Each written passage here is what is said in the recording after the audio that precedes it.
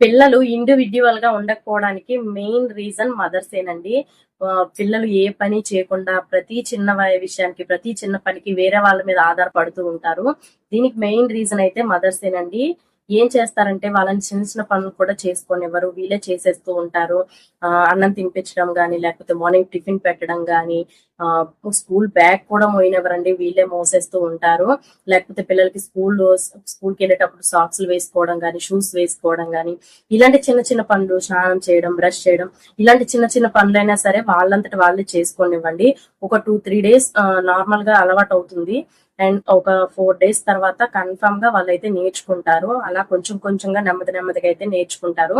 So ముందైతే మీరు వాళ్ళని మార్చడానికి, వాళ్ళంతట వాళ్ళు పని చేసుకోవడానికి వాళ్ళకైతే ఒక ఛాన్స్ అయితే ఇవ్వండి. వాళ్ళే నేర్చుకుంటారు, తెలుసుకుంటారు. మీరే ముందు వాళ్ళు చేయలేరేమో, చేసుకోలేరేమో, సరిగ్గా వాళ్ళ పని వాళ్ళు సరిగ్గా చేసుకోలేరేమో అని మీరైతే ముందే చేసేయద్దు. ఇంకొంతమంది ఏంటంటే స్కూల్ బ్యాగ్ కూడా మోయనివ్వరండి. వీళ్ళే మోసేస్తూ ఉంటారు. పిల్లలు వాళ్ళు చదివే పుస్తకాలు మోస్తేనే కదా వాళ్ళకి చదువు విలువ అయితే అర్థమవుతుంది.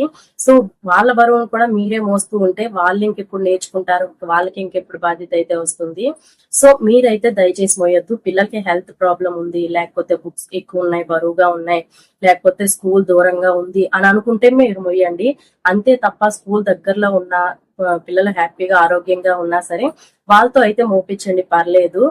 మీరైతే మోయడానికి అయితే ట్రై చేయొద్దు. బ్యాగ్స్ ని అయితే మొయ్యనివ్వండి, వాళ్ళకి కొంచెం దూరం అయినా సరే పట్టుకోనివ్వండి, మీరైతే పట్టుకోవద్దు. సో ఇలాంటి చిన్న చిన్నవి పిల్లలకి చిన్నప్పటి నుంచి అలవాటు చేయడం వల్ల కొంచెం పెద్ద అయ్యాక వాళ్ళంతటి వాళ్ళు ఇండివిజువల్ గా ఉండడానికి అయితే ట్రై చేస్తారు. వాళ్ళకి ఫ్యూచర్ లో కూడా ఎలాంటి దాన్నైనా తట్టుకునే శక్తి అయితే వాళ్ళకి వస్తుంది. వీడియో నచ్చితే లైక్ చేయండి. ఇలా స్కూల్ బ్యాగ్స్ ఎవరైతే పిల్లలు మోసేస్తారో వాళ్ళకైతే ఈ వీడియో షేర్ చేయండి. వీడియో నచ్చితే లైక్ చేయండి. అండ్ ఇలాంటి మరిన్ని వీడియోస్ కోసం నా ఛానల్ ని సబ్స్క్రైబ్ చేసుకోండి.